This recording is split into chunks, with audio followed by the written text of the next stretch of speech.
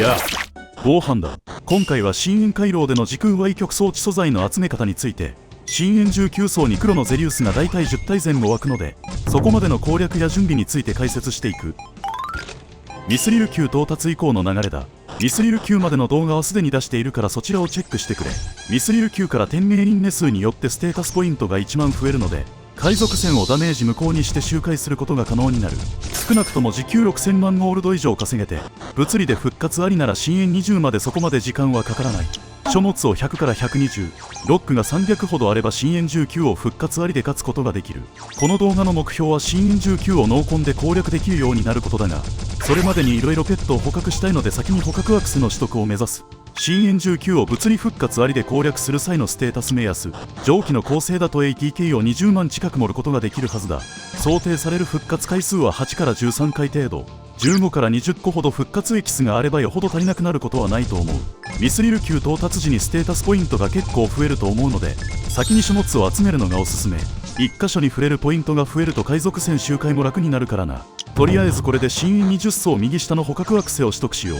捕獲アクセを獲得したら次は捕獲スキルペットの育成。デフを盛るのは難しいので LUK で回避して倒すのが簡単だ。LUK16 万以上あると割と回避できる。と言っても1週に1度は基本やられるので特攻して181レベルまで育てよう。移動速度ペットは好みなので他の捕獲ペットにして周回するのも OK。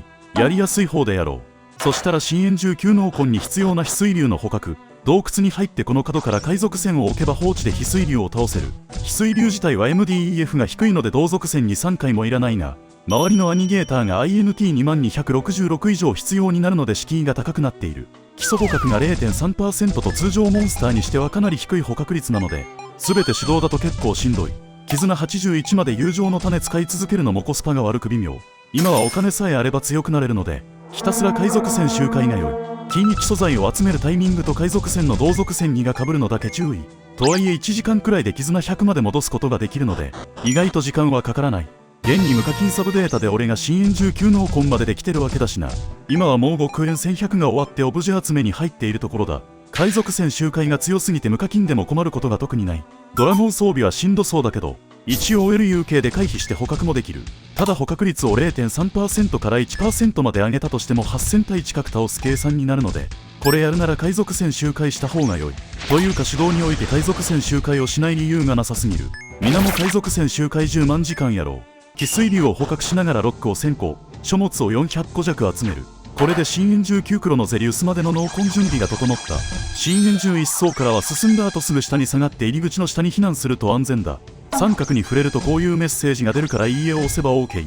で14層以降のノクタールは一発じゃ倒せないので氷魔法を連打しよう。氷魔法は火力は高くないが範囲が広いので雑に打っても敵に当てられるのが強い。15層までは余裕だ。16層も火魔法を打てば余裕。問題は17層。入ったらすぐ下に下がり避難する。それでも多少敵のマダンが飛んでくるので、頑張って左右に避けるしかない。トライデントを装備しておくと当たってもほぼ回避できるので安全だぞ。そろそろ深淵19層ノーコンの装備構成を書いておく。今回18層のボックスのために ATK を持って倒せるようにしているのだが、光魔法火力の情報修正により光魔法でボックスを倒すことができるようになった。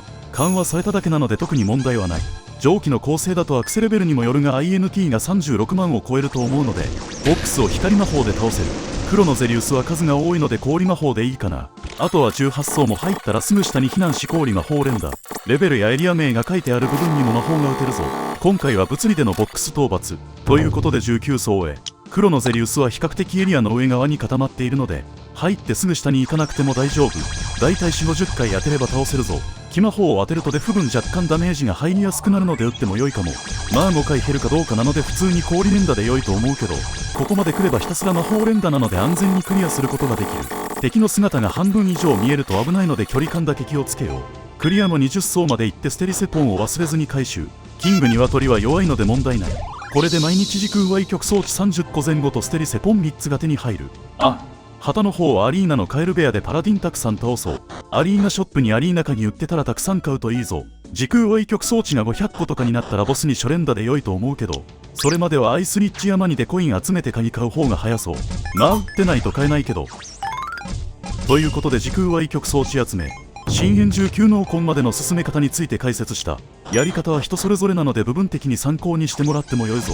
わからない部分があったら聞いてくれ。ではまだの方はチャンネル登録も忘れずに次の動画も見てくれ。